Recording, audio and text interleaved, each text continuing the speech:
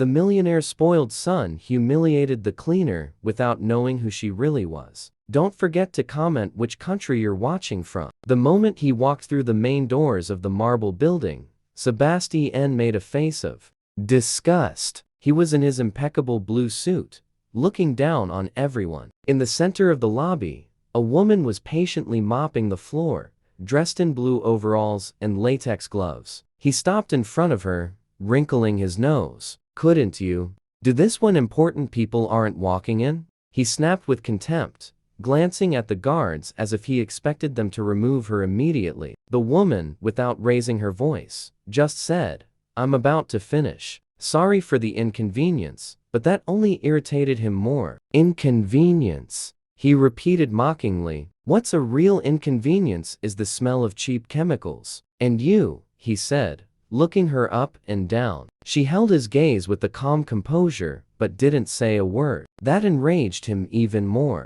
He took a step forward and with an arrogant smirk, he kicked the bucket hard. The dirty water splashed onto her uniform, her face, her arms. The other employees in the background fell silent. "Now you match the floor." "Disgusting," he finished, while the others hid their reactions for fear of losing their jobs. Sebastian knew his father owned the building, so he felt like everything belonged to him. He walked between the columns with a firm stride, proud of having put someone in her place who, in his opinion, didn't deserve to be in that environment. What he didn't know was that several cameras were watching, and someone else was watching him from an office on the second floor. As he walked away, the woman took out a small handkerchief, calmly wiped her face, and went back to her task as if nothing had happened. Whispers could be heard among the employees in the hallways. Some murmured indignantly, others avoided the subject. An assistant dared to approach the woman and offer her a towel. "Don't worry about him,"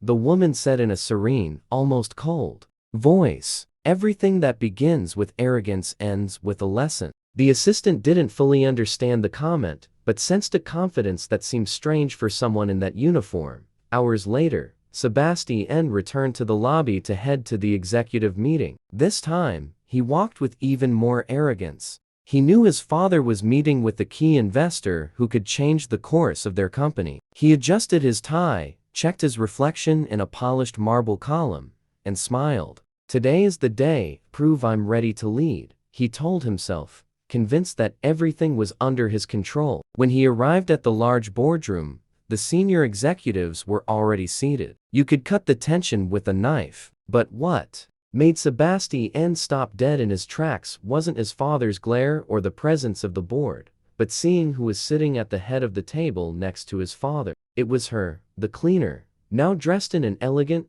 dark executive suit, her hair tied back, and an imperturbable expression on her face. He turned pale. The confusion on his face was obvious. "Dad, what is she doing here?" he asked, his voice barely a whisper, as if the floor was crumbling beneath his feet.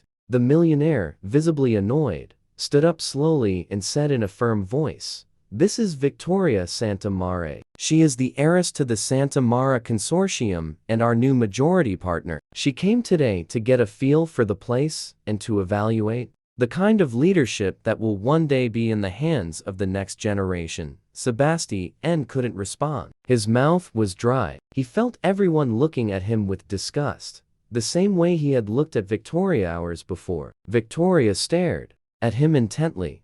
Her eyes no longer showed serenity, but a calculated coldness.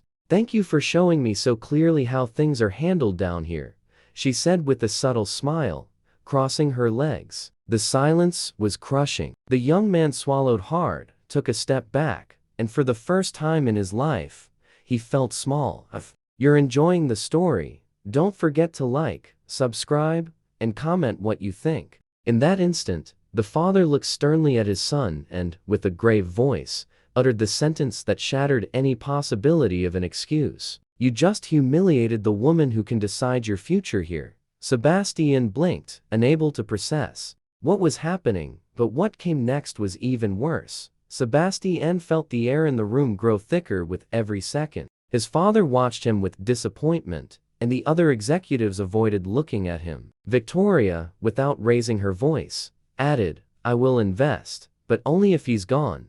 The sentence landed like a hammer blow. No one dared to say a word. Sebastian stepped forward, stammering, "That wasn't my intention. I didn't know who you were."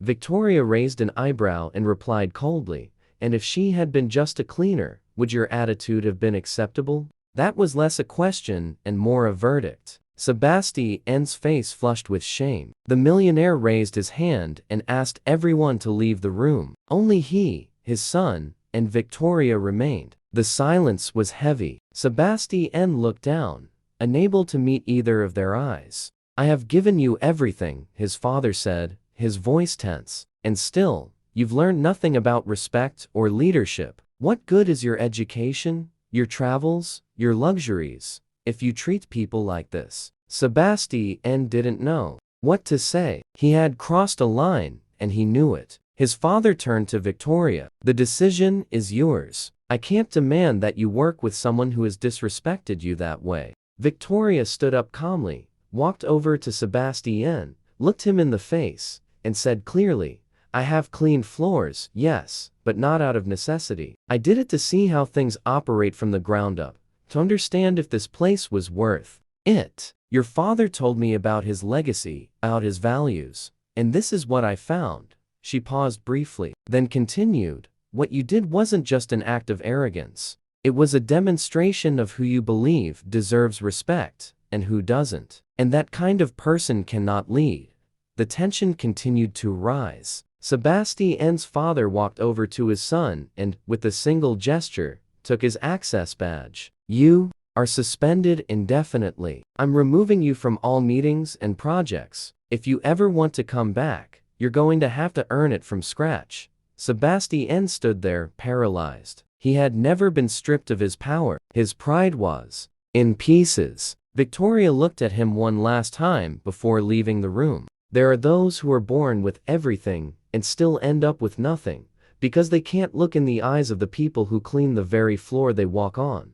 Over the following weeks, Sebastian disappeared from the company. His social media, once full of ostentation, went silent. No one knew what had become of him. Meanwhile, Victoria assumed her role as majority partner, pushing for internal reforms. She increased the salaries of the maintenance staff, offered scholarships to the employees' children, and established a policy of respect and fair treatment as a cornerstone of the company. Morale soared like never before. The building ceased to be just a symbol of power and became an example of dignity. But one day early in the morning, a new employee arrived at the offices. He wore a gray uniform, carried a toolbox, and didn't speak to anyone. He spent his days fixing things, cleaning hallways, and observing. No one recognized him until Victoria went down to the first floor and found him adjusting a lamp. "So you decided to start from the bottom," she said without emotion. Sebastian looked at her with sincerity. "Yes, I don't want to be the person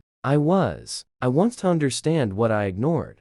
She didn't reply, just nodded and walked away. Months passed. Sebastian worked in maintenance, in the warehouse, in security. He learned to listen, to respect, to value silent work. One day, while picking up fallen papers in the lobby, a new intern shoved past him without a glance. "Move aside," she said arrogantly. Sebastian didn't react, just smiled sadly. Victoria, who was watching from a distance, walked over to him. "Do you realize what you did that time?" He nodded. "And I regret it every day. But I'm no longer driven by guilt, but by conviction." She looked at him for a moment, then extended her hand. "Come on, we have a meeting." This time, as equals. Sebastian's return was quiet but firm. He didn't take his old position, but a more modest one with a purpose: Director of Human Development. He dedicated himself to training leaders who knew how to listen and value every person, regardless of their position. The employees began to view him with genuine respect. His father, seeing him lead conferences and listen to proposals with humility, felt for the first time that his son had matured. Victoria, at an internal ceremony, presented Sebastian with an award. "This isn't for your achievements, but for your transformation," she said in front of everyone. Because sometimes, true leadership is born when one hits rock bottom. The room erupted in applause, And as Sebastian received it, he remembered the phrase she had told him the first time their eyes met. Everything that begins with arrogance ends with a lesson. You never know who is behind the mask. Appearances can be deceiving, but respect and dignity must always be non-negotiable.